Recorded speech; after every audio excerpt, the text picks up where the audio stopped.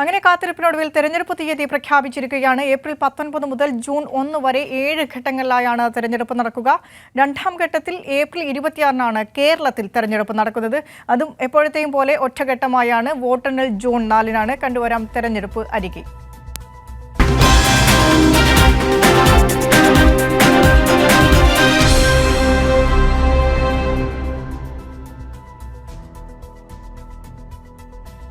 മുഖ്യ തെരഞ്ഞെടുപ്പ് കമ്മീഷണർ രാജീവ് കുമാറാണ് ഇന്ന് ആന്ധ്രാപ്രദേശ്, ഒഡീഷ, അരുണാചൽ പ്രദേശ്, സിക്കിം സംസ്ഥാനങ്ങളിലേക്കുള്ള നിയമസഭാ തെരഞ്ഞെടുപ്പിന്റെ തീയതിയും ലോക്സഭാ മണ്ഡലങ്ങളിലേക്കുള്ള തീയതിയും പ്രഖ്യാപിച്ചത്. 543 ലോക്സഭാ മണ്ഡലങ്ങളിലേക്കാണ് ഇത്തവണ തെരഞ്ഞെടുപ്പ് നടക്കുന്നത്. വിഷ്ണു തലവൂർ ചേരുന്നുണ്ട് ദില്ലിയിൽ നിന്നും.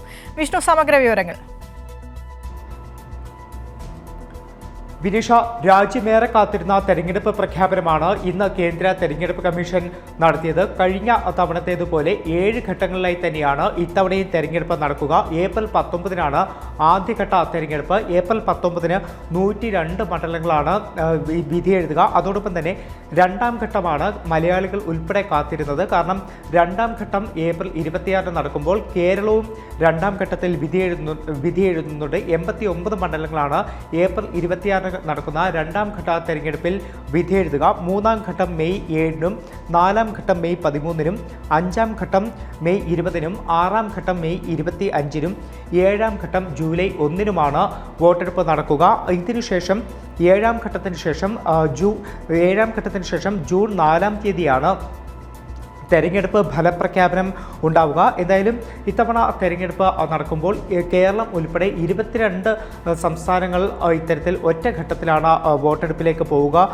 2 ഘട്ടങ്ങളിലായിട്ട് 4 സംസ്ഥാനങ്ങളിൽ വോട്ടെടുപ്പ് നടക്കുന്നുണ്ട്. അതോടൊപ്പം ഉത്തർപ്രദേശ്, ബീഹാർ, പശ്ചിമ ബംഗാൾ സംസ്ഥാനങ്ങളിൽ ഇത്തവണ 7 ഘട്ടങ്ങളിലും വോട്ടെടുപ്പ് നടക്കുന്ന സംസ്ഥാനങ്ങളാണ്.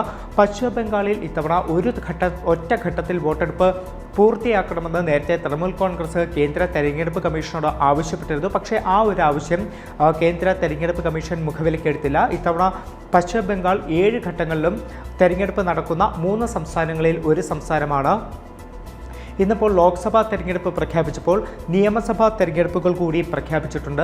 അരുണാചൽ പ്രദേശ്, ആന്ധ്രാപ്രദേശ്, സിക്കിം, ഒഡീഷ ഈ 4 സംസ്ഥാനങ്ങളിലെ തെരഞ്ഞെടുപ്പും ഇന്ന് കേന്ദ്ര തെരഞ്ഞെടുപ്പ് കമ്മീഷൻ പ്രഖ്യാപിച്ചിട്ടുണ്ട്. അതോടൊപ്പം തന്നെ നിലവിൽ ഒഴിവുള്ള നിയമസഭയിലെ ഉപതെരഞ്ഞെടുപ്പുകളും അതിൻ്റെ തീയതികളും കേന്ദ്ര തെരഞ്ഞെടുപ്പ് കമ്മീഷൻ ഇന്ന് പ്രഖ്യാപിച്ചിട്ടുണ്ട്. ഇതിനു പുറമെ എല്ലാവരും ആകാംക്ഷയോടെ കാത്തിരുന്നത് ജമ്മു കാശ്മീരിൽ തെരഞ്ഞെടുപ്പ് പ്രഖ്യാപിക്കുമോ എന്നതായിരുന്നു. എന്തായാലും ഇന്ന് ലോക്സഭാ തെരഞ്ഞെടുപ്പും അതോടൊപ്പം തന്നെ മറ്റ് നിയമസഭാ തെരഞ്ഞെടുപ്പുകളും പ്രഖ്യാപിച്ചെങ്കിലും ജമ്മു കാശ്മീരിൽ തെരഞ്ഞെടുപ്പ് പ്രഖ്യാപിക്കാൻ കമ്മീഷൻ തയ്യാറായിട്ടില്ല. വിനിഷ.